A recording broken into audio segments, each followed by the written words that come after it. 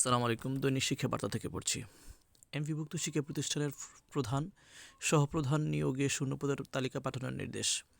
এমপিভুক্ত শিক্ষা প্রতিষ্ঠানের প্রধান ও সহপ্রধান পদে নিয়োগের জন্য শূন্যপদের অনলাইন সফট কপির তালিকা আগামী 10 কার্যদিবসের মধ্যে পাঠানোর নির্দেশ দিয়েছে বেসরকারি শিক্ষক নিবন্ধন ও প্রত্যয়ন কর্তৃপক্ষ এনটিআরসিএ। বৃহস্পতিবার এনটিআরসির পক্ষ থেকে পাঠানো এক চিঠিতে এই নির্দেশনার কথা জানানো হয়। চিঠির মাধ্যমিক উচ্চ শিক্ষা অধিদপ্তর, মাওসী, কারিগরি শিক্ষা অধিদপ্তর এবং মাদ্রাসা শিক্ষা অধিদপ্তরের মহাপরিচালক বরাবর পাঠানো হয়েছে। চিঠিতে উল্লেখ করা হয়েছে, এমপিভুক্ত শিক্ষা প্রতিষ্ঠানের প্রধান ও সহপ্রধান যার মধ্যে অধ্যক্ষ, উপাধ্যক্ষ,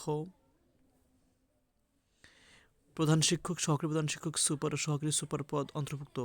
নিয়োগ সংক্রান্ত শিক্ষা মন্ত্রণালয়ে গঠিত কমিটি 2025 সালের 8 অক্টোবর অনুষ্ঠিত সভায় গুরুত্বপূর্ণ সিদ্ধান্ত গ্রহণ করা হয়।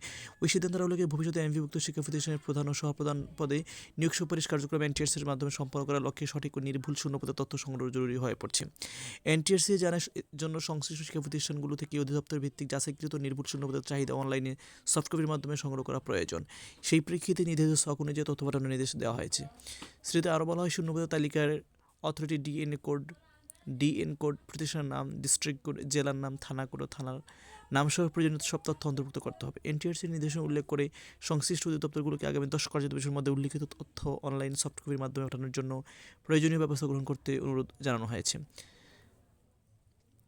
শিক্ষা সংশ্লিষ্টরা মনে করেছেন, এই উদ্যোগ বাস্তবায়িত হলে এমপিভুক্ত শিক্ষা প্রতিষ্ঠানে দীর্ঘদিন ধরে ঝুলে থাকা প্রধান ও সহপ্রধান নিয়োগ প্রক্রিয়ার গতি আসবে এবং নিয়োগ কার্যক্রম আরও স্বচ্ছ নিয়ম তাদের হবে। ধন্যবাদ।